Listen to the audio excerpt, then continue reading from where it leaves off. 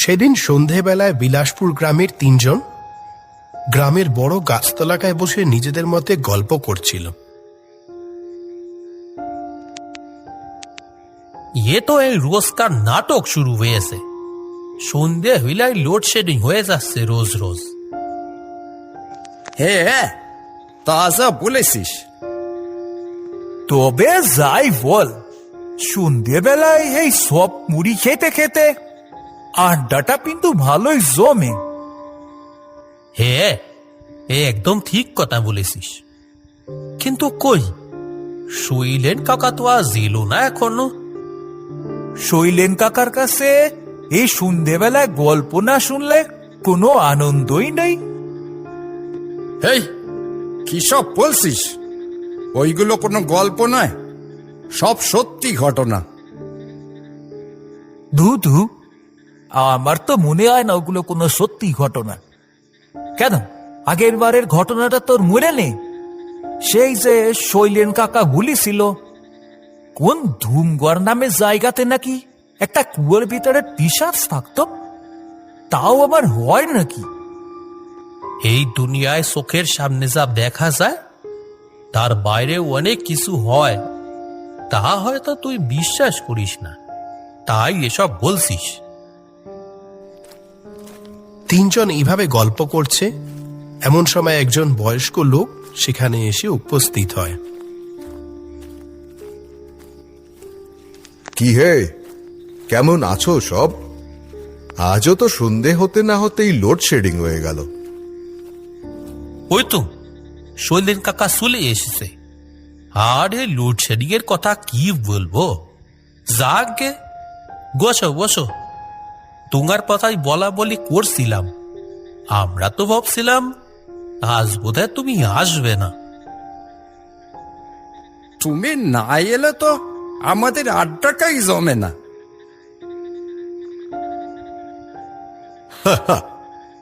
আমি তোমাদের থেকে বয়সে বড় হতে পারি, কিন্তু তোমাদের মতো জোয়ান ছেলেপুলের সাথে বসে একসাথে আড্ডা দেওয়ার মজাটাই আলাদা।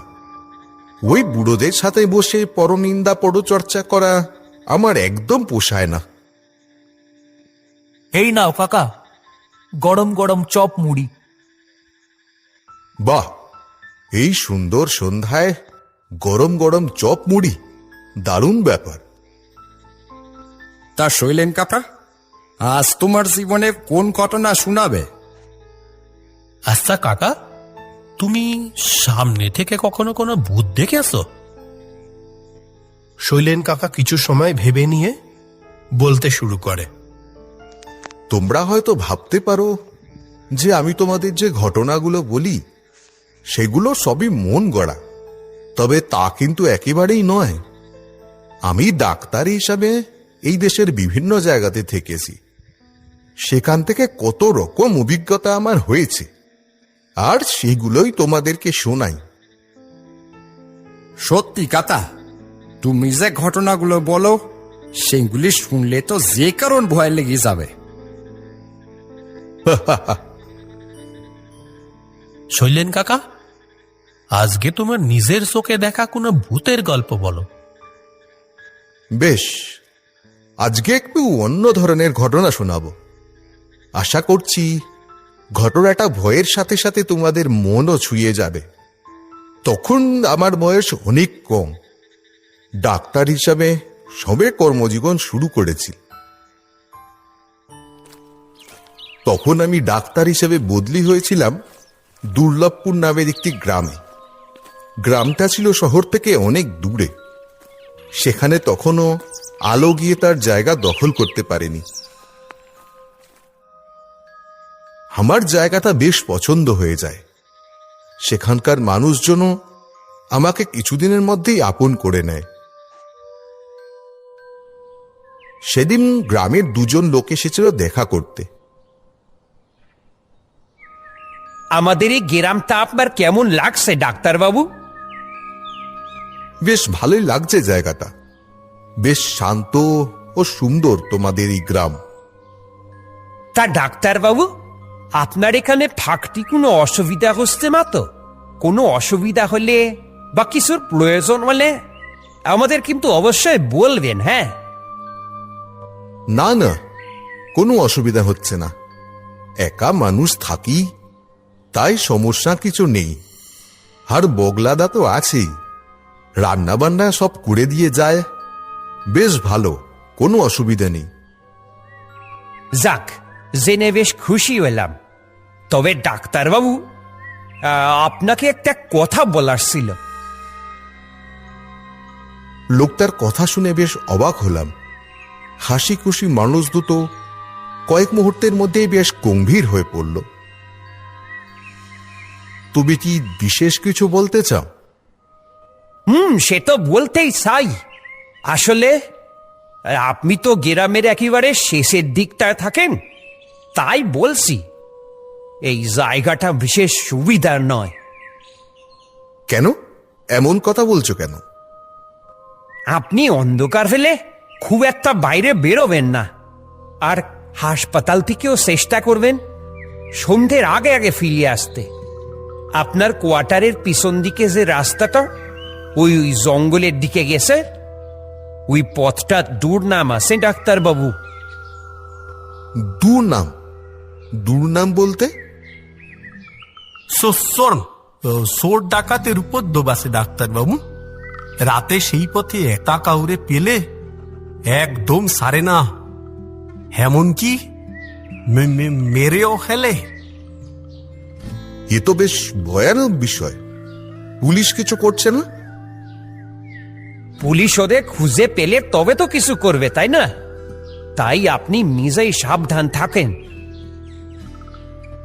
এইবার বুঝতে পারলাম কেন বগলাদা সন্ধে হওয়ার আগেই সব কাজ করে চলে যায়। সেই দিনের লোকগুলোর সেই কথা শোনার পর থেকেই বেশ সাবধান হয়ে গেলাম। খুব দরকার না পড়লে সন্ধ্যের পর আর ঘর থেকে বেরোতাম না, আর হাসপাতাল থেকে কাজ মিটিয়ে সন্ধ্যের আগেই চলে আসতাম বাড়ি। সেদিন রাত বেশ গভীর, আকাশ কালো মেঘে ঢাকা। সারাদিনের কাজকর্ম সেরে তাড়াতাড়ি খেয়ে দিয়ে শুয়ে পড়েছিলাম।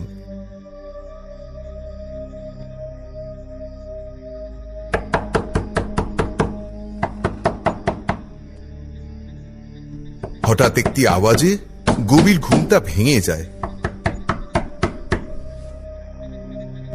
ডাক্তারবাবু, ঘুমোলেন নাকি? খুব দরকার ডাক্তারবাবু, একবার দরজাটা খুলেন দয়া করে। খাঁচা ঘুমটা ভেঙে যাওয়াতে প্রথমে বেশ বিরক্তই হলাম। এই এত রাতে আবার আমায় কে ডাকছে? আমি যে ডাক্তার এটা যেন কয়েক মুহূর্তের জন্য ভুলে গিয়েছিলাম। নিজের কাজের কথা মনে পড়তেই ভাবলাম এত রাতে নিশ্চয়ই কোনো বিপদে পড়ে কেউ এসেছে। সেটা ভেবে খাট থেকে নেমে গিয়ে দরজা খুললাম। দরজার ওপারে মধ্যবয়স্ক একজন লোক দাঁড়িয়ে আছে। এই গ্রামেরই কোনো লোক হবে হয়তো, ঠিক চিনতে পারলাম না। এটি তুমি কে? এত রাতে এখানে কি করছো? ডাক্তারবাবু, আপনি কি আমার সাথে এখন একটু আমার বাড়ি যেতে পারবেন?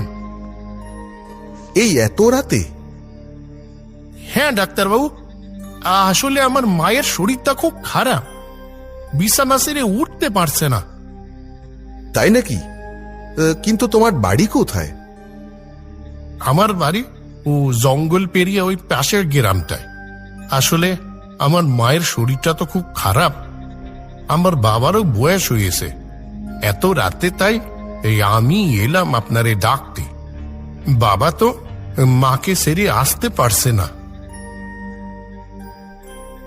নিজের মায়ের প্রতি এতটা ভালোবাসা দেখে খুব ভালো লাগলো। আমিও আর কিছুই না ভেবে ডাক্তারি সরঞ্জাম নিয়ে তখনই তার সাথে বেরিয়ে পড়লাম। আচ্ছা, তোমার বাড়ি কি অনেক দূর? এই পাশের গায়ে ডাক্তারবাবু, একটু দূর আছে, তবে বেশি সময় লাগবে না। বাইরে বেরিয়ে অন্ধকারে কিছুটা চলতেই বৃষ্টির পরিবেশ থাকার জন্য বেশ ঠান্ডা ঠান্ডা লাগছিল। তোমার নাম কি? আমার নাম গণেশ। লোকটির পথ দেখিয়ে আমার আগে আগে চলছিল, আর আমি তার পিছনে পিছনে। কিছুটা সময় চলার পর সেই জঙ্গলের মধ্যে এসে উপস্থিত হলাম। চারপাশে বড় বড় গাছ, আর মাঝখানে সরু পথ ধরে আমরা দুজনে এগিয়ে চলেছি। আমার গাটা কেমন ছমছম করে উঠল, আর সাথে সাথেই হঠাৎ করে মনে পড়ে গেল ওই দুজন গ্রামবাসীর বলা কথাগুলো। আচ্ছা গণেশ, এই জঙ্গলের পথ ছাড়া কি অন্য কোনো পথ দিয়ে তোমাদের বাড়িতে যাওয়ার রাস্তা নেই? হ্যাঁ ডাক্তারবাবু, রাস্তা তো আছে, তবে এই পথ দিয়ে তাড়াতাড়ি চলে যেতে পারবো। তোমার মায়ের শরীর খারাপ বললে, কি কষ্ট হচ্ছে তোমার মায়ের? মায়ের মাথাটা খুব ব্যথা করছে, সাথেই তেমনি জ্বর। খুব কষ্ট পাচ্ছে আমার মাটা। লোকটি যে তার মাকে খুব ভালোবাসে তার বুঝতে অসুবিধা হলো না। পায়ে পায়ে আরো কিছুটা এগোতেই মনে হলো দুটো ছায়া যেন আমাদের পিছনে পিছনে আসছে। এমনকি গলার ফিসফিস শব্দ অব্দি কানে এলো। একটু তাড়াতাড়ি পা চালাও, কেউ বা কারা যেন আমাদের পিছনে আসছে। আমার কথা শুনে লোকটিও অন্ধকারের দিকে একবার তাকিয়ে তাড়াতাড়ি চলতে শুরু করে। আমরা যত তাড়াতাড়ি হাঁটছি, পিছনের সেই ছায়া দুটোর গতিও আরো বাড়তে শুরু করেছে। ওই তোরা দুজনে দাঁড়া বলছি।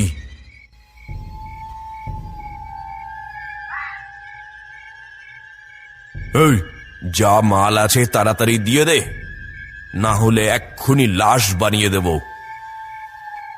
আমার কাছে কিছু নেই, আমার সাথে যে রয়েছে তার কাছেও কিছুই নেই। ওর মার শরীর খারাপ, তাকেই দেখতে যাচ্ছি। আমাদের যেতে দাও, আমার মায়ের সত্যি খুব শরীর খারাপ। সে তোর মা মুরুগ্গে, তাতে আমাদের কি? কি বললি? ও ওরে বাবানে, ওরে বাঁচাও রে!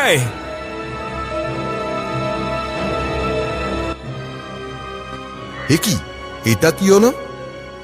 গুন্ডা দুটো এমন চিৎকার করে পালালো কেন? ওরা নিশ্চয় ওদের ভুল বুঝতে পেরে চলে গেছে। আপনি এখন তাড়াতাড়ি চলেন ডাক্তারবাবু, অনেকটা দেরি হয়ে গেল। আমার মাটা কেমন আছে কে জানে। হ্যাঁ চলো চলো। আর খানিকক্ষণের মধ্যেই গণেশের বাড়ি পৌঁছে যাই। ওই যে আমাদের বাড়ি, আপনি যান, আমি এখানেই আছি। তুমি যাবে না ভিতরে? না না, আপনি যান না, আমি এখানেই দাঁড়াচ্ছি। বাড়ির ভিতরে গিয়ে দেখি একজন বয়স্কা মহিলা বিছানায় শুয়ে আছে।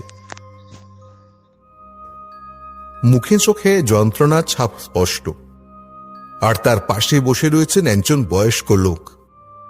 এনারাই তাহলে গণেশের মা বাবা। ওনাকে প্রথম নজরে দেখেই বুঝতে পারলাম যে তার শরীরের অবস্থা ভালো নেই। আমার পরিচয় জানতে পেরে ওনারা দুজন যেন হাতে চাঁদ পেলেন। ডাক্তারবাবু, আপনি যে এখানে এসে কি উপকার করলেন কি বলবো। বিপদ এতটাই ছিল যে ছেলেটির কথা বলতেই ভুলে গেলাম। এই রাতে হাসপাতালে নিয়ে যাওয়ার মতো কোনো সময় নেই বুঝে বাড়িতেই কিছু করতে হবে ঠিক করলাম। বয়স্ক লোকটিকে বললাম, ওনার তো ভীষণ জ্বর, এখন এই পরিস্থিতিতে তো হাসপাতালে নিয়ে যাওয়াও সম্ভব নয়। আমি ওনাকে একটা ইঞ্জেকশন দিয়ে দিচ্ছি, আশা করি আপাতত সেটাতেই কাজ হবে। সময় নষ্ট না করে ইঞ্জেকশনটা দিয়ে দিলাম। আধ ঘন্টার মধ্যেই দেখলাম পরিস্থিতির উন্নতি হয়েছে।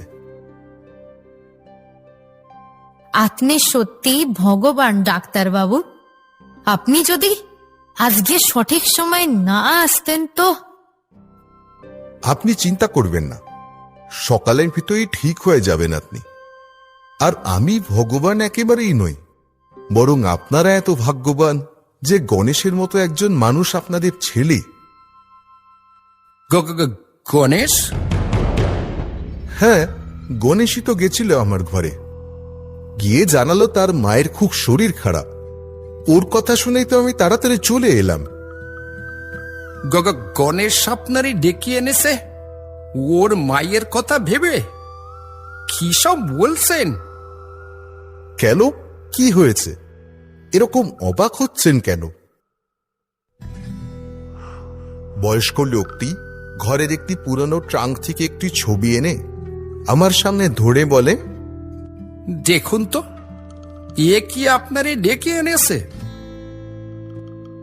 ছবিটি দেখেই গণেশকে চিনতে কোনো অসুবিধা হলো না। হ্যাঁ, এই তো গণেশ, এই তো গিয়েছিল আমায় ডাকতে। আর গণেশ তো বাইরেই দাঁড়িয়ে আছে। আমায় বলল ভিতরে যেতে, বলল আমি বাইরে দাঁড়াচ্ছি। কি বলছেন? গণেশ, ঘরে এসো, তোমার মাকে দেখে যাও, উনি এখন অনেকটাই সুস্থ আছেন। কোনো উত্তর এলো না বাইরে থেকে। না, ও আর দেখা দেবে না, ওর কাজ যে শেষ। তার মানে? আজ থেকে বছর খানেক আগের কথা। শহর থেকে কাজ করে ফিরার সময় গাড়ি দুর্ঘটনায় মারা যায় আমাদের ছেলেটা। গণেশটা মান তো পেরান ছিল, মায়ের কোনো কষ্ট হলে একদম পাগলের মতো হয়ে যেত। মায়ের কষ্টে ও আজ আবার এসেছিল। বয়স্ক লোকটির থেকে সব শুনে আর কিছু বলার ভাষা খুঁজে পেলাম না। তত সময়ে ভোরে প্রথম আলো ফুটতে শুরু করেছে। প্রকৃত ছেলেরা কোনোদিনও মরে না, তারা মরতে পারে না। এই ছিল সেই সত্য ঘটনা, যা আমার সাথে সেদিন ঘটেছিল। তাই বললাম, বিশ্বাস করা বা না করা পুরোটাই তোমাদের উপরে ছেড়ে দিলাম। তবে এটাই বলবো, প্রতিটা ঘরেই যেন এমন একটা ছেলে থাকে যারা তাদের বাবা মার সাথে সব সময় থাকবে। সেই তিনজন আর কোনো কথাই বলতে পারে না, কেবল চুপ করে তারা গণেশের মুখটা ভাঙার চেষ্টা করে।